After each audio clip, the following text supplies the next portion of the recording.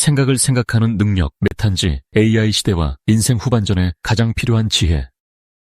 메타인지는 단순히 지식을 많이 축적하는 것을 넘어 자신이 생각하고 있다는 사실 자체를 다시 생각하는 능력을 의미합니다. 반갑습니다, 여러분. 끊임없이 성장하고 싶고 또 세상의 본질을 꿰뚫어보고 싶은 분들을 위해 오늘 정말 흥미로운 심층 해설을 준비했습니다. 자, 본격적으로 한번 들어가 볼까요? 오늘 우리가 깊게 파헤쳐볼 주제는요, 바로 인간과 인공지능을 가르는 가장 결정적인 차이이자 우리 인생 후반전의 판도를 완전히 뒤바꿔 놓을 수 있는 강력한 비밀 무기입니다. 기대하셔도 좋습니다. 시작하기 전에 여러분 스스로에게 진짜 뼈 때리는 질문 하나 던져보셨으면 해요. 지금 내가 하고 있는 이 생각, 이거 진짜 팩트일까요? 아니면 그냥 내 머릿속에서 만들어낸 해석일까요? 어떠세요? 막상 대답하려고 하니 멈칫하게 되죠? 사실 이 질문은 제가 의도적으로 여러분의 뇌에 제동을 걸기 위해 던져본 겁니다. 우리가 오늘 다룰 핵심 개념을 제대로 정의하기도 전에 여러분은 방금 아주 본능적으로 자신의 생각을 한 걸음 밖에서 떨어져 바라보는 경험을 하신 거예요. 네, 바로 여기서부터가 오늘 해설의 진짜 출발점입니다. 오늘 우리가 함께 달릴 로드맵 간단히 짚고 갈게요. 첫 번째, 생각을 생각하는 능력. 두 번째, 반응하는 자와 사유하는 자. 세 번째, AI 시대의 진짜 생존법. 네 번째, 인생 후반전을 위한 지혜. 그리고 마지막으로 메타인지를 키우는 5가지 구체적인 방법까지 쫙 이어서 가보겠습니다. 자, 그럼 첫 번째 파트, 생각을 생각하는 능력. 바로 우리 마음의 거울에 대해 이야기해보죠. 메타인지 다들 한 번쯤 들어보셨죠? 보통 내가 무엇을 알고 무엇을 모르는지를 정확히 아는 능력이라고들 하잖아요. 하지만 조금 더 깊게 들어가 보면요. 이건 내 생각의 방향을 한 걸음 뒤로 물러서서 관찰하는 엄청난 능력입니다. 우리 하루에도 수만 가지 잡생각을 하잖아요. 생각은 마치 머릿속을 둥둥 떠다니는 구름 같은 거예요. 메타인지는 우리 마음속에 딱 설치된 내면의 거울이자 또 하나의 눈이라고 보시면 됩니다. 그냥 스쳐 지나가는 구름 같은 생각들을 무턱대고 100% 믿어버리지 않도록 내 감정이나 욕망이 내 판단을 어떻게 흔들고 있는지 실시간으로 알아차리게 해주는 아주 고차원적인 멘탈 스킬인 거죠. 흔히 우리가 저 사람 진짜 똑똑하다라고 할 때 약간의 함정이 있습니다. 암기력 좋고 계산 빠르고 말 잘하면 우린 지능이 뛰어나다고 하잖아요. 근데요, 진정한 의미의 지혜, 즉 이 메타인지는 완전히 다른 차원의 이야기입니다. 지식이 많다고 무조건 지혜로운 게 아니거든요. 스스로를 의심할 줄 알고 내 한계를 쿨하게 인정하고 혹시 내 안에 편견은 없는지 점검할 줄 아는 거. 이게 진짜 지혜죠. 사실 세상에서 제일 위험한 사람이 누군지 아세요? 자신이 틀릴 수도 있다는 가능성을 1%도 열어두지 않는 맹목적인 확신에 찬 사람입니다. 결국 메타인지는 내 머릿속에 든 지식의 양이 아니라 그 지식을 어떻게 다루느냐 하는 능력인 겁니다. 이어서 두 번째 섹션, 반응하는 자와 사유하는 자입니다. 우리의 그 자동화된 반응이 일상에서 왜 그렇게 위험한지 한번 살펴보죠. 인간의 생각 시스템에는 아주 뚜렷하게 구분되는 두 가지 층위가 있습니다. 첫 번째는 그냥 외부 자극이 오면 즉각적이고 본능적으로 툭 튀어나오는 1차원적 반응이에요.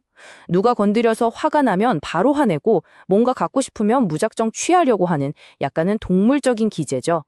반면에 두 번째 층위는 바로 이 반응 자체를 가만히 관조하고 판단하는 2차적 생각, 즉 메타인지의 영역입니다. 우리가 그냥 자극에 1차원적으로 반응하는 존재가 아니라 진짜 깊이 있는 사유를 하는 인간이 되려면 반드시 이 두 번째 층위로 올라서야만 합니다. 여기서 진짜 절대 놓치면 안 되는 핵심 개념이 등장합니다. 바로 멈춤의 힘이에요. 이게 일상에서 메타인지가 작동하는 진짜 방식이거든요. 메타인지는 쉽게 말해 우리 마음에 브레이크를 거는 겁니다. 어떤 자극이 훅 들어왔을 때 냈다 반응하기 전에 아주 짧은 딜레이를 주는 거예요. 누군가의 말에 확 기분이 나빴을 때 바로 쏘아붙이는 대신 나 지금 왜 이렇게 열받지? 저 사람이 날 무시한 건가? 아니면 내 자격지심이 발동한 건가? 이렇게 스스로에게 묻는 거죠. 바로 이 찰나의 멈춤, 그 짧은 여백의 공간에서 진정한 인간의 품격이 만들어집니다. 이걸 우리가 매일 겪는 인간관계에 바로 대입해 볼까요? 무조건 1차원적으로 반응하는 자는 자신의 의견과 자기 자신의 인격을 완전히 동일시해버려요. 그래서 누가 내 생각에 태클을 걸면 마치 나라는 사람 자체가 공격당한 것처럼 엄청 방어적으로 튀어오릅니다. 결국 대화는 금세 감정 싸움으로 진흙탕이 되죠. 반면에 사유하는 자는 나와 내 생각을 딱 분리할 줄 알아요. 내 생각이 틀릴 수도 있지. 근데 그렇다고 해서 내 가치가 떨어지는 건 아니잖아. 이렇게 믿기 때문에 자기 오류를 굉장히 쿨하게 인정합니다. 별것 아닌 의견 차이가 치명적인 관계 파탄으로 이어지는 걸 막아주는 그야말로 완벽한 방어막을 갖추고 있는 셈이죠. 세 번째 파트로 넘어갈게요. AI 시대의 진짜 생존법. 이제 단순한 정보 수집을 넘어서야 할 때입니다. 여러분, 우리는 지금 정보량이 곧 권력이 되던 시대가 끝나는 걸 실시간으로 목격하고 있습니다. 스마트폰만 딱 켜면 AI가 눈 깜짝할 새 수백 페이지를 요약하고 번역하고 완벽한 답을 내놓잖아요. 솔직히 정답을 달달 외우는 능력은 이제 완전히 가치가 떨어졌어요. 그렇다면 도대체 인간의 역할은 뭘까요? 이제 인간의 진짜 능력은 얼마나 올바른 질문을 설계하느냐, 그리고 AI가 뱉어낸 답의 가치와 편향성을 어떻게 판단하느냐에 달려 있습니다. 내가 도대체 뭘 묻고 있는지도 모른 채 질문을 던지면 AI는 그저 우리의 무지를 아주 그럴싸하게 포장해 줄 뿐입니다. 그래서 이 메타인지라는 필터가 내장되어 있지 않으면 AI라는 엄청난 도구가 오히려 우리에게 독이 될 수 있습니다. 내 생각을 대신해주는 기계에 계속 의존하다 보면 어떻게 될까요? 우리 뇌의 사고 근육은 점점 퇴화하는 거예요. AI가 해준 요약을 무비판적으로 맹신하게 되고 결국 주도적으로 사유하는 존재가 아니라 알고리즘이 떠먹어주는 결과물만 멍하니 받아먹는 수동적인 소비자로 전락해버리는 거죠.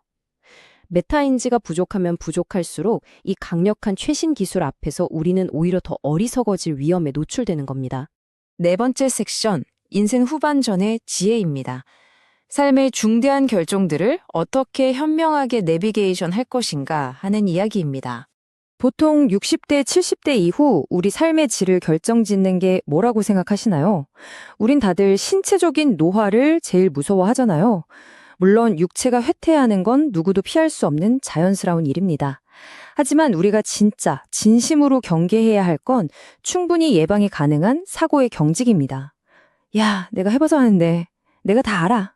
이런 착각에 빠져서 세상의 새로운 변화에 적응하는 걸 거부할 때 우리 인생에 가장 치명적인 위기가 찾아옵니다. 검증되지 않은 과거의 경험에만 맹목적으로 의존하는 그 똥고주집. 그게 바로 노년의 가장 무서운 적이에요. 여기서 아주 뼈를 제대로 때리는 통찰 하나 짚고 갈게요. 경험이 지혜가 되려면 반드시 성찰을 거쳐야 한다. 맞습니다. 인생 오래 살았다고 산전수전 다 겪었다고 자동으로 지혜로운 어른이 되는 건 절대 아니라는 거죠. 아, 지금 세상은 내가 젊었을 때랑은 완전히 다르구나. 내가 예전에 정답이라고 믿었던 게 지금은 틀릴 수도 있겠네? 이렇게 끊임없이 자신의 경험을 점검하는 성찰이 없다면 그 값진 경험조차도 그냥 낡고 답답한 고집으로 변질되고 마는 겁니다. 우리가 나이 들어서 하는 수많은 후회들 있잖아요. 그거 몰라서 생기는 게 아니라 자기가 다 안다는 오만에서 시작되는 경우가 대부분입니다. 자, 불 꺼진 캄캄한 방 안을 걸어간다고 한번 상상해 보시죠. 문턱에 걸려 넘어지고 의자에 부딪혀서 정강이 깨지고 난리도 아니겠죠? 인간관계도 완전히 똑같습니다.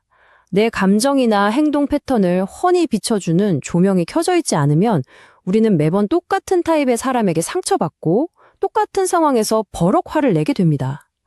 메타인지는 바로 이 깜깜한 내면의 방에 탁 하고 불을 켜는 내면의 조명과도 같습니다.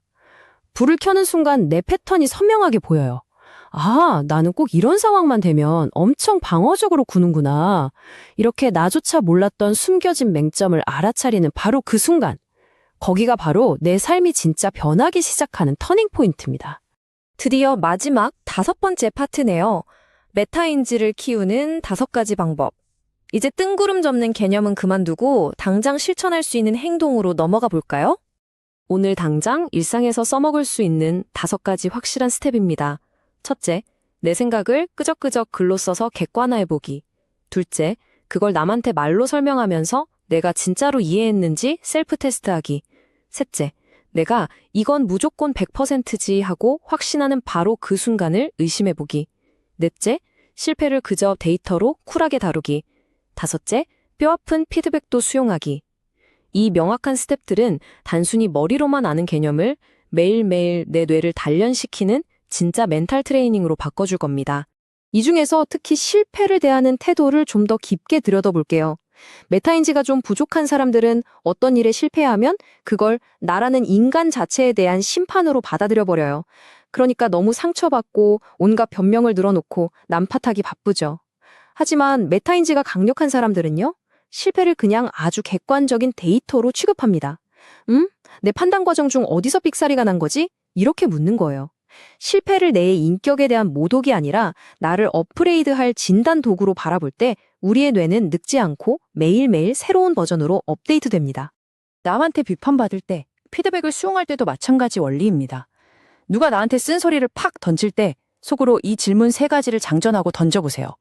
저 사람이 지금 나를 공격하는 건가? 아니면 내가 죽어도 못 보던 통찰 하나 던져준 건가? 나 지금 구차하게 변명하려고 엄청 방어적으로 굴고 있는 거 아니야? 도대체 내가 놓치고 있던 내 맹점이 뭐지? 외부의 비판이 주는 그 찰나의 엄청난 불편함, 솔직히 피하고 싶잖아요. 근데 그걸 피하지 않고 견뎌내는 그 멈춤의 시간. 그것이야말로 우리가 절대 혼자서는 볼 수 없는 치명적인 맹점을 치료하는 유일무이한 백신입니다. 자, 이제 우리의 시야를 조금만 더 멀리 우주적으로 한번 확장해 보겠습니다. 과연 나는 미래 세대에게 어떤 생각의 유산을 남기고 떠날 것인가? 먼 훗날 여러분이 남긴 모든 디지털 발자취를 싹싹 긁어 모아서 AI가 여러분의 생각과 말투를 고스란히 복제했다고 한번 상상해 보세요.